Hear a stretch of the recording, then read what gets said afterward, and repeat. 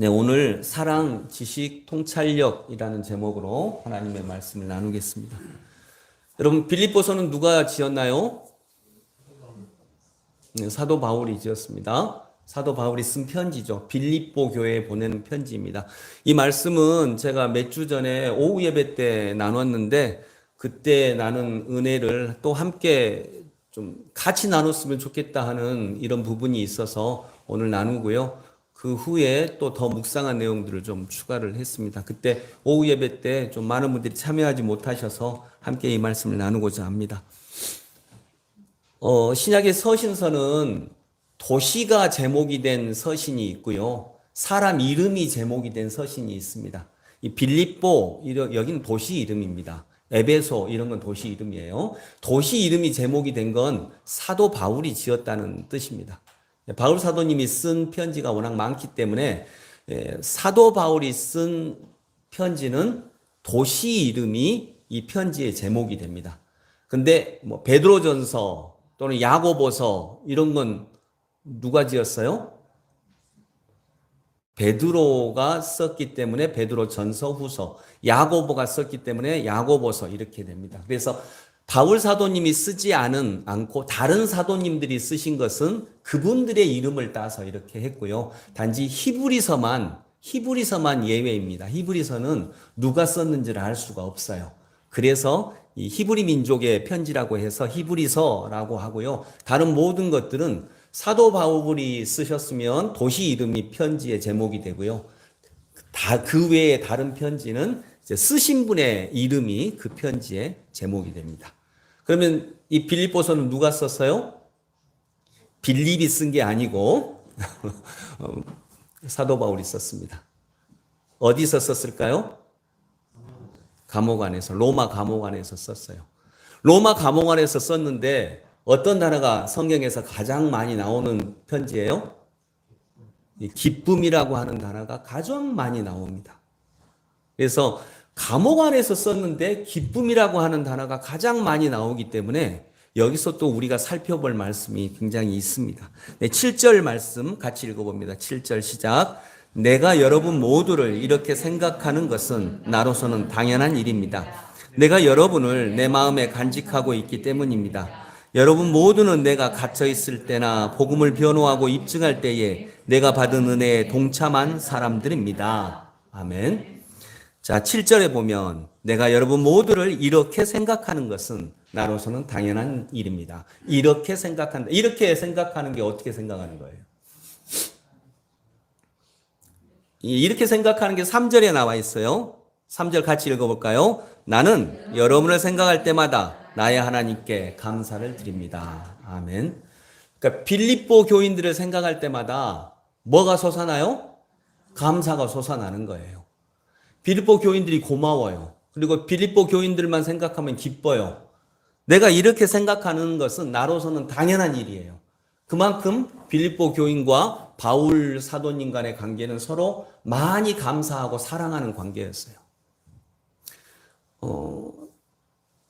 바울이 로마 감옥에 있을 때 빌립보 교인들이 바울이 쓸 것을 많이 보태줬어요. 그리고 뿐만 아니라 에바브로디도라고 하는 사람을 보내가지고 감옥에 갇혀 있는 바울을 도울 수 있도록, 그때 바울이 좀 연세가 많았거든요. 그래서 연로하신 바울이 감옥 안에서 너무 힘들까봐 사람 한 명을 아예 파송을 해가지고 로마 감옥 안에서 바울을 돕게 했어요. 너무 감사하죠. 그런 그 빌립보 교인들의 사랑을 보면서 바울은 내가 당신들을 생각할 때마다 기뻐하고 감사하는 것은 당연한 일입니다. 라고 하는 거예요. 여러분 남편이나 아내를 생각할 때마다 기쁨과 감사가 솟아나는 것은 당연한 일이죠. 이렇게 침묵이 이게 당연한 일이에요. 진짜 당연한 일이에요. 내 곁에 있어준 것만으로도, 내게 삶을 준 것만으로도, 어떻게 내가 기대가 많아서 그렇지 그 기대를 놓고 보면 너무너무나 감사한 일이죠. 당연한 일입니다. 바울은 이렇게 당연한 일로 빌립보 교인들을 감사하고 있습니다. 기뻐하고 있습니다. 내가 여러분을 내 마음에 간직하고 있기 때문입니다. 여러분 모두는 내가 갇혀 있을 때나 복음을 변호하고 입증할 때에 내가 받은 은혜에 동참한 사람들입니다. 아까 그 내용이에요. 내가 감옥에 있을 때에도, 감옥 밖에서 복음을 전할 때에도 내가 받은 은혜에 동참한 사람들이에요, 여러분은. 내가 받은 은혜를 살펴보면 여러분의 손길이 있었다라고 하는 거예요. 그래서 이게 굉장히 고마워하고 있고 감사하고 있습니다. 내가 받은 은혜에 동참한 사람들이 여러분들입니다. 여러분 서로의 은혜에 동참하시는 분들이 되시기 소망합니다. 하나님이 여러분에게 은혜를 주시지만 그 하나님께서는 부모님을 통해서 우리에게 생명을 주셨듯 하나님은 은혜를 주실 때 누군가를 통해서 주십니다. 그게 동참한 사람들이다라고 하는 것입니다. 하나님의 은혜에 동참한 사람들입니다. 우리가 서로 그렇게 은혜에 동참하기를 정말 소망합니다. 그렇게 해서 우리의 삶이 더 깊어지고 성숙해지기를 바라는 것입니다. 8절도 같이 읽어봅니다. 내가 그리스도 예수의 심정으로 여러분 모두를 얼마나 그리워하고 있는지는 하나님께서 증언하여 주십니다. 아멘. 내가 여러분들을 보고 싶다는 거죠. 내가 빌립보 교인들을 사도 바울이 되게 보고 싶다는 거예요. 내가 얼마나 보고 싶어 하고 여러분을 사랑하고 그리워하고 있는지는 하나님이 증언하여 주십니다. 그러니까 하나님이 그 증거이십니다. 하나님 걸고 맹세한다는 거죠. 나는 여러분을 사랑하고 있다는 걸요. 제가 신대원 다닐 때 그때 제 아내가 이제 그때 애인이었고 아내는 광주에 있어서 내가 잘 보러 못 가는데 내 친구 한 명이 나한테 돈 좀 빌려주라고 하더라고요. 그래서 뭐 하게? 데이트 간대요. 그래서 제가 빌려주고 싶겠습니까 지금? 그래서 없어. 그랬더니 그 애가 성경책을 갖고 오더라고요. 이렇게. 손 얹어. 돈 있어 없어? 그러니까 내가 이 성경책 얹고서는 내가 이렇게 좀 말을 못 하겠더라고요. 그래서 빌려줄게. 그래가지고 내가 조금만 빌려줬어요. 눈꼴 씌어서. 근데 사도 바울이 하나님께서 내가 당신들을 사랑하는 것을 증언하고 있다는 거예요. 하나님이 증거라는 거죠. 진실하다는 거예요. 그만큼 진정으로 사랑한다는 거죠. 7절, 8절은 바울 사도님이 빌립보 교인들을 되게 사랑한다. 정말 보고 싶다. 이런 내용입니다. 9절부터는 뭐냐면 이제 그렇게 사랑하는 마음은 그렇게 빌립보 교인들을 사랑하는데 지금 볼 수 있나요? 만날 수 있나요? 못 만나요. 그러면 내가 할 수 있는 게 뭐예요? 내가 감옥 안에 있는 사도 바울이 기도할 수 있죠. 그분들을 위해서 기도할 수 있어요. 여러분 지금 세상에 전쟁이 있는데 여러분이 전쟁을 위해서 할 수 있는 일이 없잖아요. 직접적으로 할 수 있는 일이. 그러면 뭐는 할 수 있어요? 기도할 수 있어요. 그래서 감옥 안에서 바울 사도님은 빌립보 교인들을 위해서 기도합니다. 여러분도 저를 위해서 기도해 주시고 저도 여러분을 위해서 기도하고 그래서 이 기도하는 것이 9절, 10절, 11절이에요. 빌립보 교인들을 위해서 바울이 무엇을 가지고 기도하는지에 대한 내용이에요. 기도를 할 때 여러분 꼭 특히 새벽 기도 하시는 분들은 기도 노트를 이렇게 가지시고요. 기도 제목을 꼭 적어 놓아 주세요. 그리고 그 제목을 따라서 날마다 이렇게 기도하세요. 한 페이지에는 좀 시간이 많이 걸리는 지속적으로 해야 되는 기도의 제목, 또 한 페이지에는 그냥 짧게 드릴 수 있는 기도의 제목, 이런 제목을 딱 놓고 그 제목, 기도 제목을 놓고 기도하시기 바랍니다. 또 어떤 것은 자녀나 가족들을 위한 기도의 제목은 문장을 써도 좋아요. 기도문을 써도 되고 기도문을 그대로 읽어도 좋습니다. 이게 중언부언하는 기도보다 저는 더 귀한 기도라고 생각을 하거든요. 그러니까 그렇게 꼭 기도의 제목을 가지고 기도하시는데 오늘 사도 바울이 빌립보 교인들을 위해 기도합니다. 그 기도의 내용이 9절입니다. 내가 기도하는 것은, 그러니까 기도의 내용이 나오는 거죠. 9절 같이 읽습니다. 내가 기도하는 것은 여러분의 사랑이 지식과 모든 통찰력으로 더욱더 풍성하게 되어서. 아멘. 자, 내가 기도하는 것은 지금 빌립보 교인들을 위해 바울이 기도하는데 기도의 내용이 9절에 나타난 기도의 내용이 뭡니까? 여러분의 사랑이, 이건 뭐냐면 빌립보 교인들한테는 뭐가 많아요? 사랑이 많아요. 그래서 사도 바울을 굉장히 그리워하고 있고요. 또 사도 바울의 쓸 것을 충족하게 보내주고 있고 사람까지 보내서 에바브로디도라고 하는 사람을 보내서 바울이 많이 나이가 들고 힘드니까 곁에서 도울 수 있도록 이렇게 도와주는 거예요. 근데 나중에 에바브로디도가 거의 죽을 병에 걸리거든요.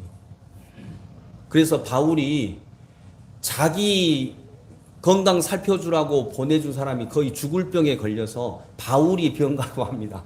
그리고 이제 나중에 보내요.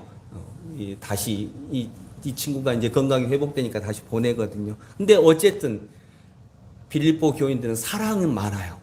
너희들이 사랑이 정말 많다. 그건 너무 귀한 일이죠. 당신들의 사랑의 은혜를 내가 받고 있고 여러분들은 사랑은 진짜 많다.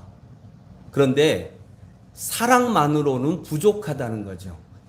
여러분의 사랑 위에 뭐가 더해지기를 바라요?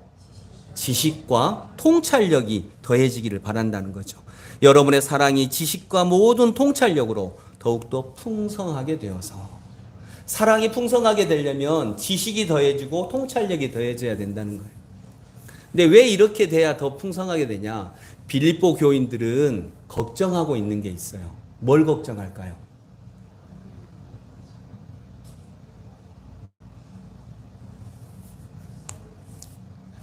딱 지금 되게 사랑하는 바울이 감옥에 갇혀 있어요.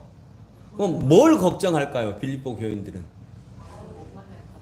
바울을 못 만날까 봐도 걱정이 되고 바울이 감옥 안에서 죽어버리면 어떡할까 걱정이 되고 제일 염려하는 것은 바울이 가장 큰 복음 전도자인데 바울 사도님이 감옥에 갇혔으니까 복음이 어떻게 전달되지? 이 염려가 있는 것입니다.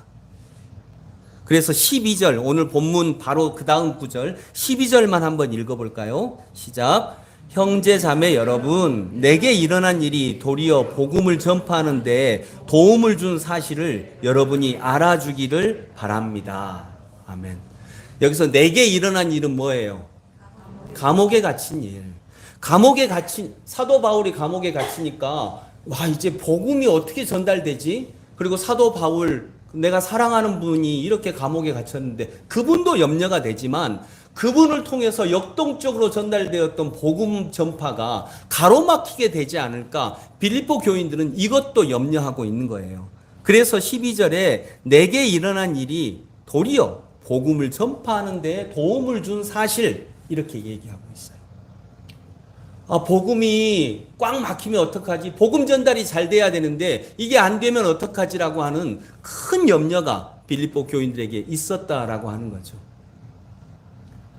빌립보 교인들은 사랑이 많았어요.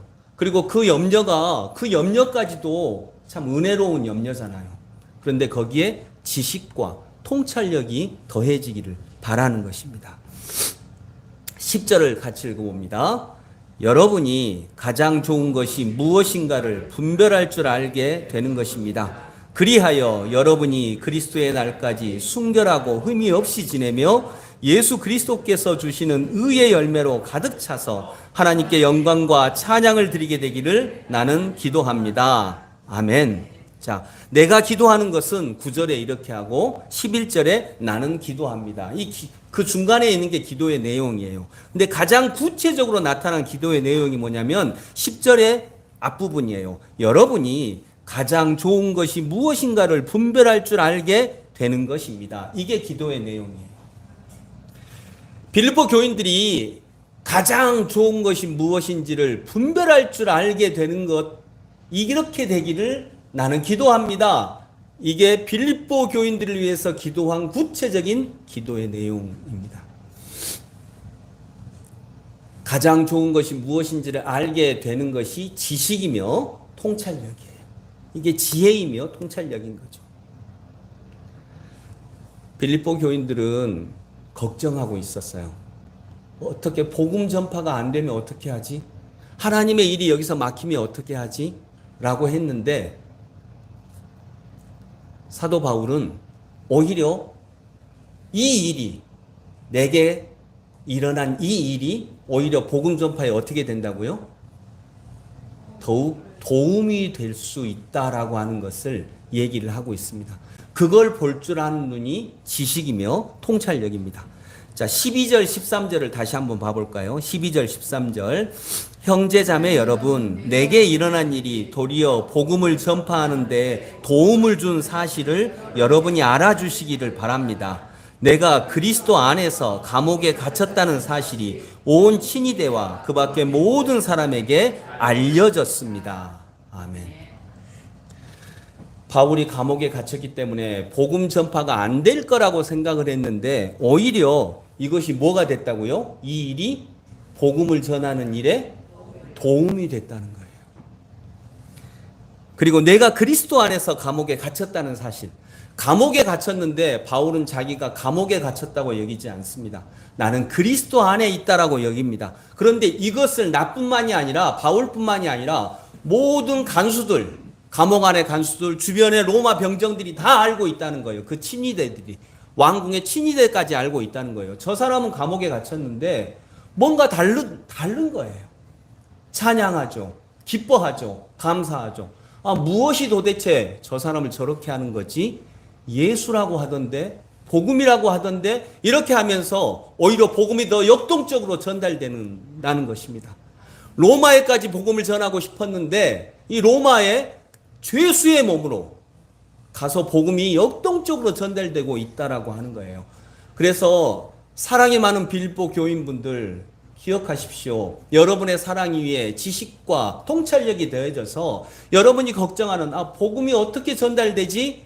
라고 하는 그 걱정을 하나님께서 이런 모양으로 이미 다 해결하고 계신 것을 여러분이 알아주시기를 바랍니다. 이것이 통찰력이며 이것이 지혜입니다. 라고 하는 거예요.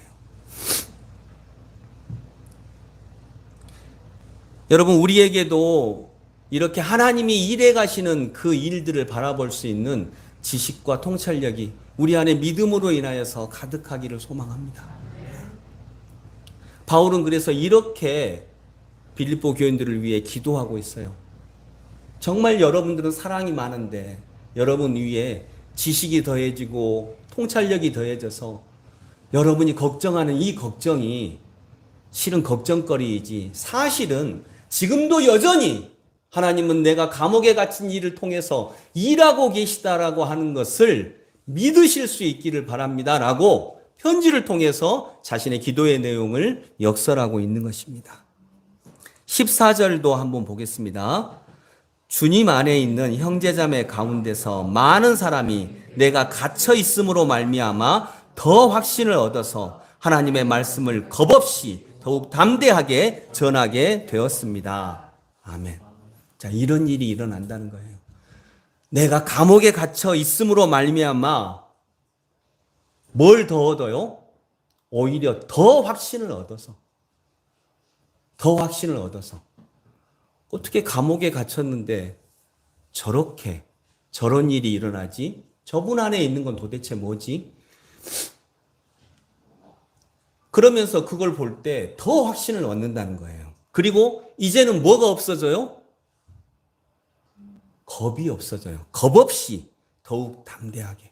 감옥에 갇히는 거 겁나는 일이에요? 겁 안 나는 일이에요? 잘 모르겠는 분은 한 번씩 갇혀보시기를 바랍니다. 그러면 이게 겁나는 일이다라고 하는 것을 아마 아실 거예요. 네. 갇히면 겁나요. 네. 제가 알거든요. 네. 장로님도 아시죠? 네. 겁나는 일이에요. 그런데 겁 없이 더 확신 있게, 더욱 담대하게 전하게 되었습니다. 이런 일이 일어나는 거예요. 오히려 더 이게 복음의 은혜인 줄로 믿습니다. 여러분, 사도 바울은 바로 그런 하나님이 해가시는 일을 볼 수 있어요.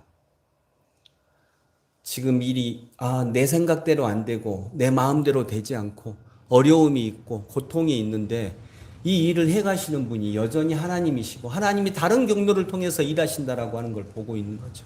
이게 지식과 통찰력이라고 믿습니다. 그리고 오히려 영광과 찬송을 드리게 된다는 것이에요. 그 염려가 변하여서 영광과 찬송이 됩니다. 염려가 따로 있고 찬송과 영광이 따로 있는 게 아니에요. 염려가 변하여서 영광과 찬송이 됩니다. 친구가 따로 있고 원수가 따로 있는 게 아니라 원수가 변하여서 친구가 되고 또 친구가 변하여서 원수가 되기도 합니다. 봄이 따로 있고 여름이 따로 있는 게 아니라 봄이 변하여 여름이 되는 거죠. 사도 바울이 3차 전도 여행을 마치시고 이제 예루살렘으로 가려고 해요.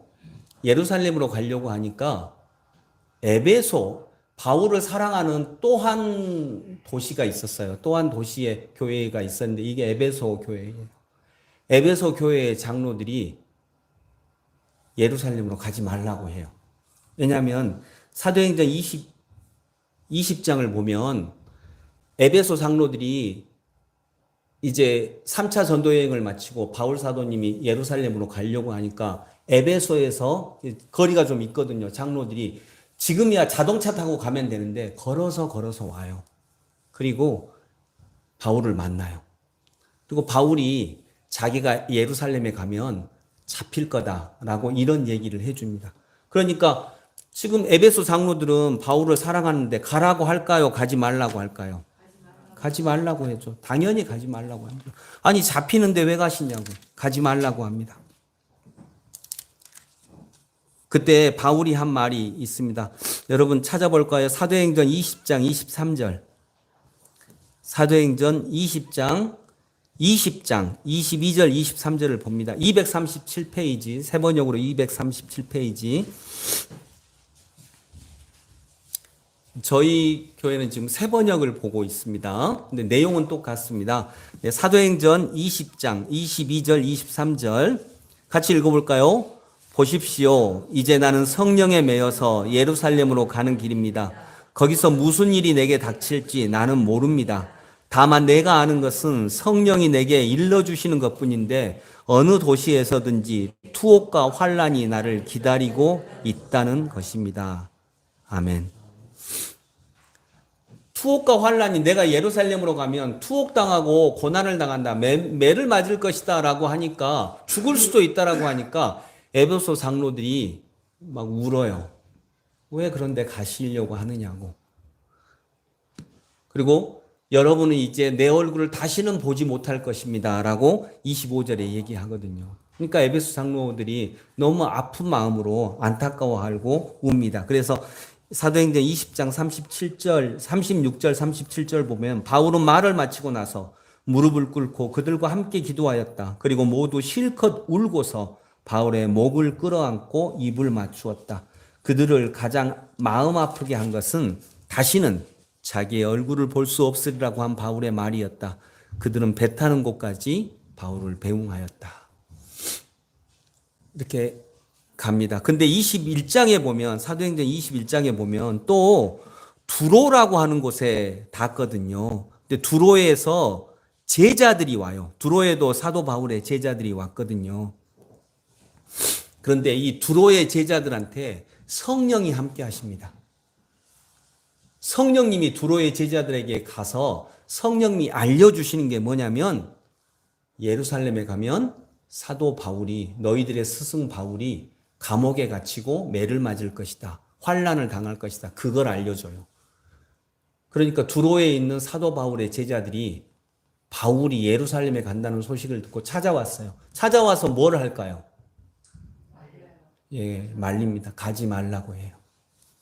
가지 마십시오. 성령님이 오셔서 내게 알려주셨는데, 우리들에게 알려주셨는데, 바울 사도님이 예루살렘에 가시면 결박당하고 감옥에 갇히고 고난당한다고 합니다.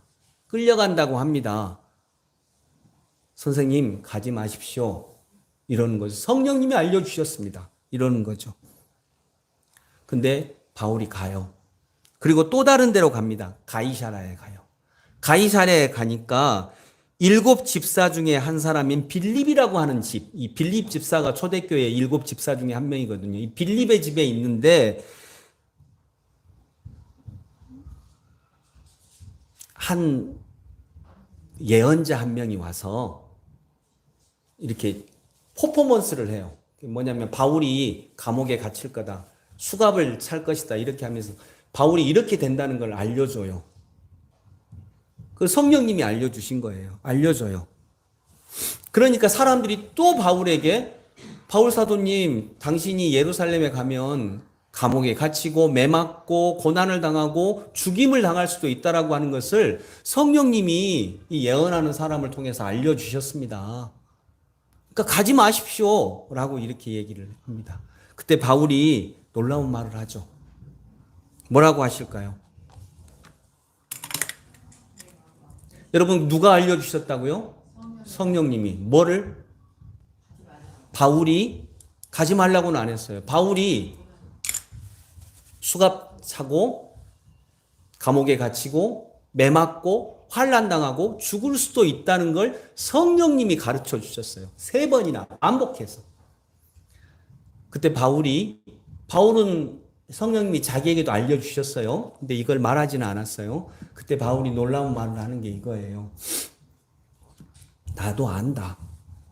나도 안다. 나도 이미 알고 있다. 이미 알고 있다는 거예요. 그러면서 나도 이미 내가 예루살렘에 가면 고난을 당하고 환난을 당하고 매를 맞고 죽을 수도 있다는 걸 성령님이 나에게도 알려주셨다. 나도 안다. 근데 아는데 왜 가려고 하죠?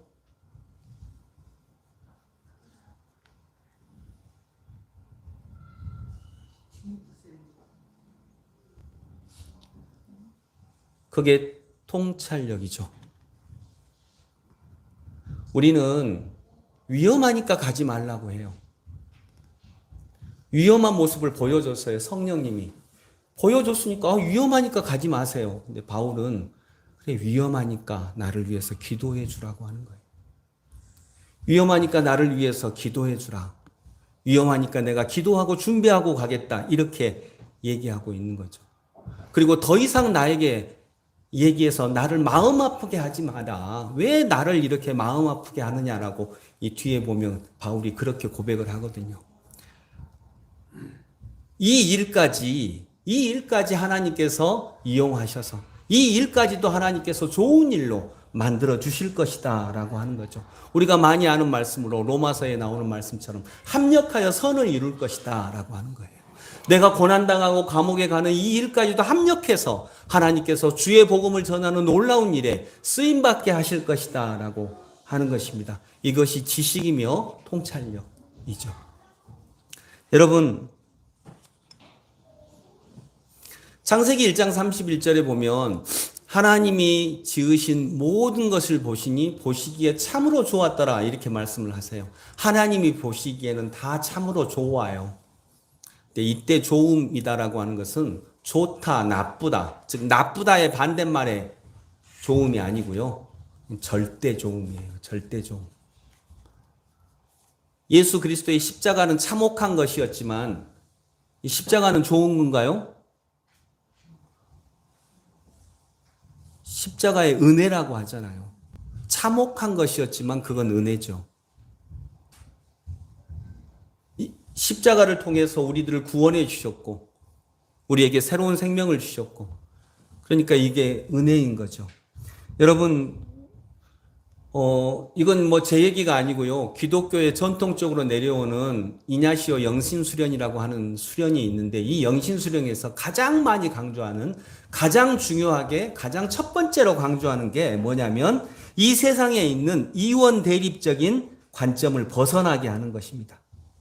우리의 영적 성장에서 가장 큰 걸림돌이 이원 대립적인 관점이라는 거죠. 이원 대립적인 관점이 뭐냐면 뭐는 좋고 뭐는 나쁘다는 거예요.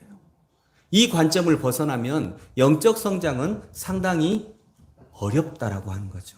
근데 이 이원 대립적 관점이 뭐냐면 어떤 건 좋고 어떤 건 나쁘고 어떤 건 높고 어떤 건 낮고 어떤 건 선하고 어떤 건 악하고 이거예요. 이것이 우리의 영적 성장에서 가장 큰 걸림돌이 된다는 거죠. 이런 세상에, 이건 이제 세상이 그렇게 바라보거든요. 세상의 이원 대립적 사고를 가지고 있으면 갈등과 반목, 죽음이 끝이 없이 일어나는 것입니다.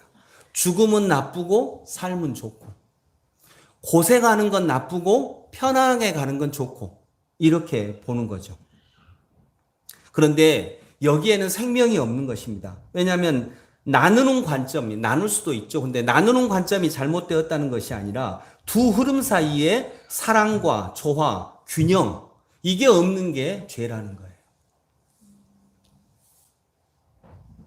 여러분 생명은 어디서 나와요?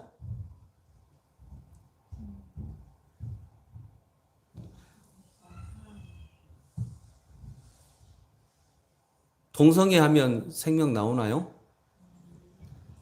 남녀가 만나야 돼요. 즉 다른 것끼리 만나야 돼요. 다른 것끼리 그냥 다른 것끼리만 있으면 되나요? 다른 것끼리 사랑해야죠. 이게 생명의 근원이에요. 그래서 하나님이 죄인인 인간과 만나신 것에서 생명이 나오는 거죠. 그래서 이 나누는 관점이 잘못되었다는 것이 아니라 두 흐름 사이에 사랑과 저하와 균형이 없는 것, 이것 자체가 죄를 만들어낸다라고 하는 것입니다. 여러분, 지난 시간에 했는데 거짓말 좋은 거예요, 나쁜 거예요?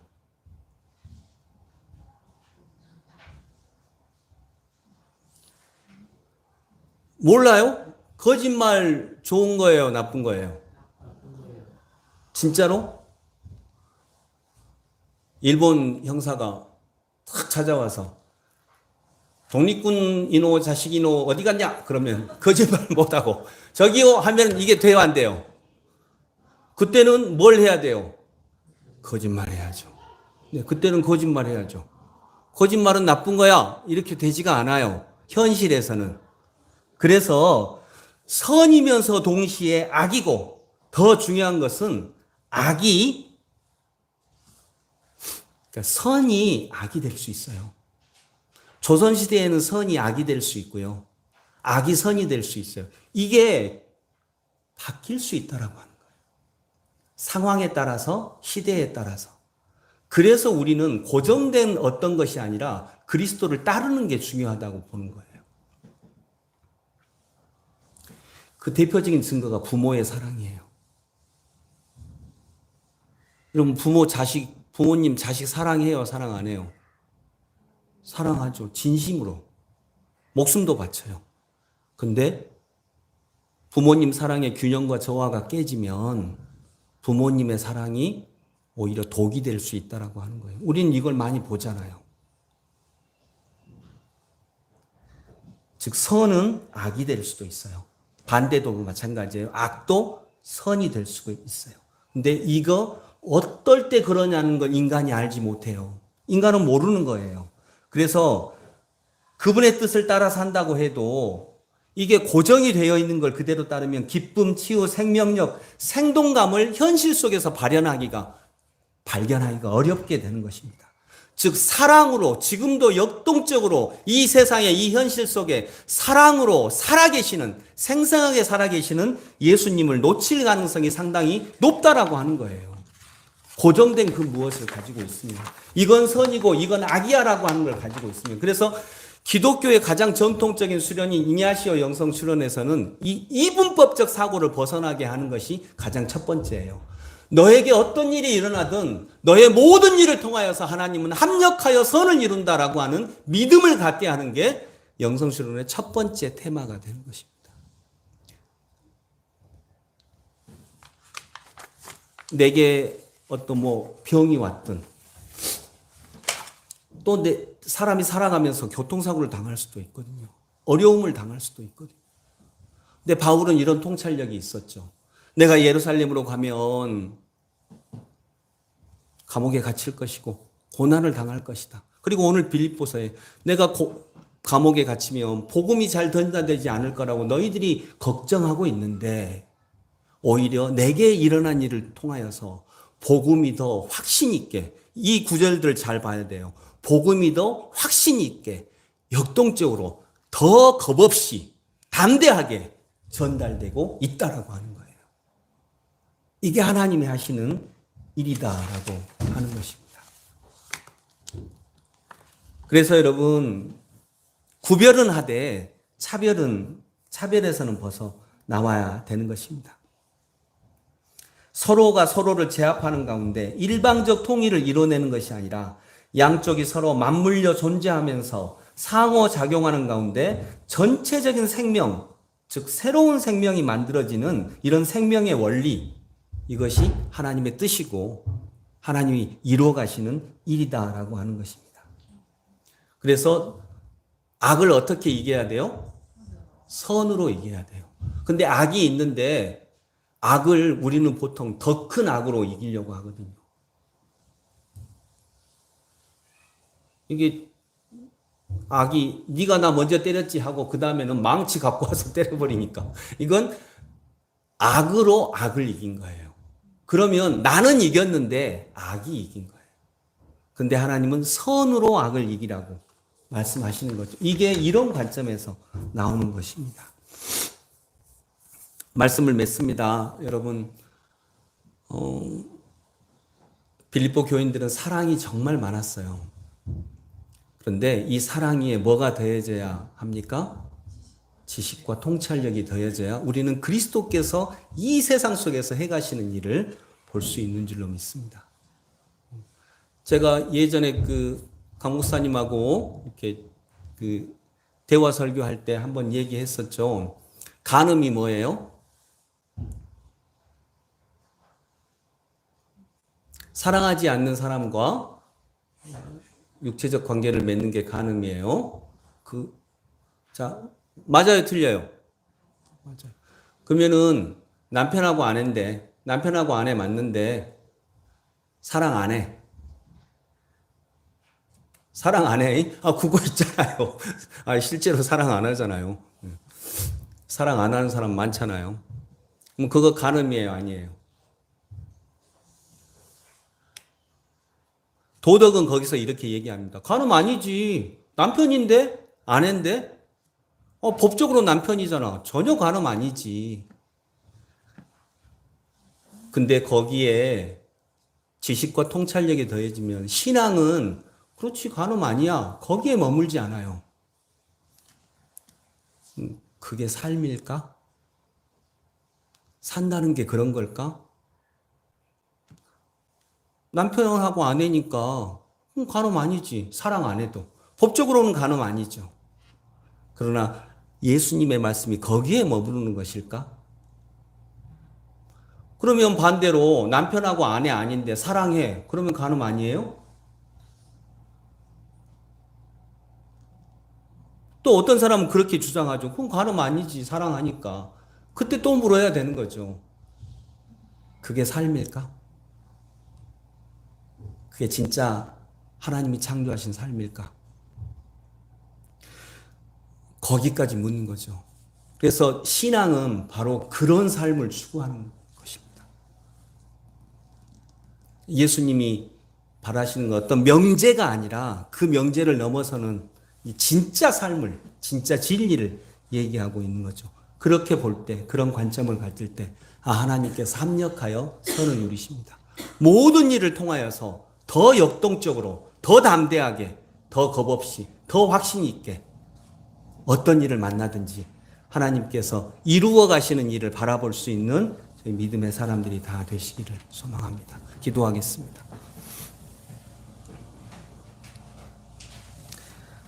하나님 아버지, 빌립보 교인들은 사랑이 정말 많았습니다. 바울을 정말 사랑했습니다. 그들의 사랑은 진실했습니다.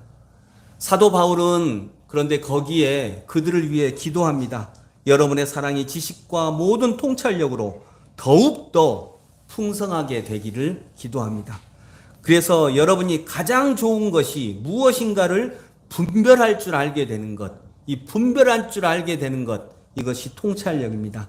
주님, 믿음을 통하여서 하나님의 일해 가심을 현실 속에서 볼 수 있는 통찰력을 저희들에게 허락하여 주옵소서.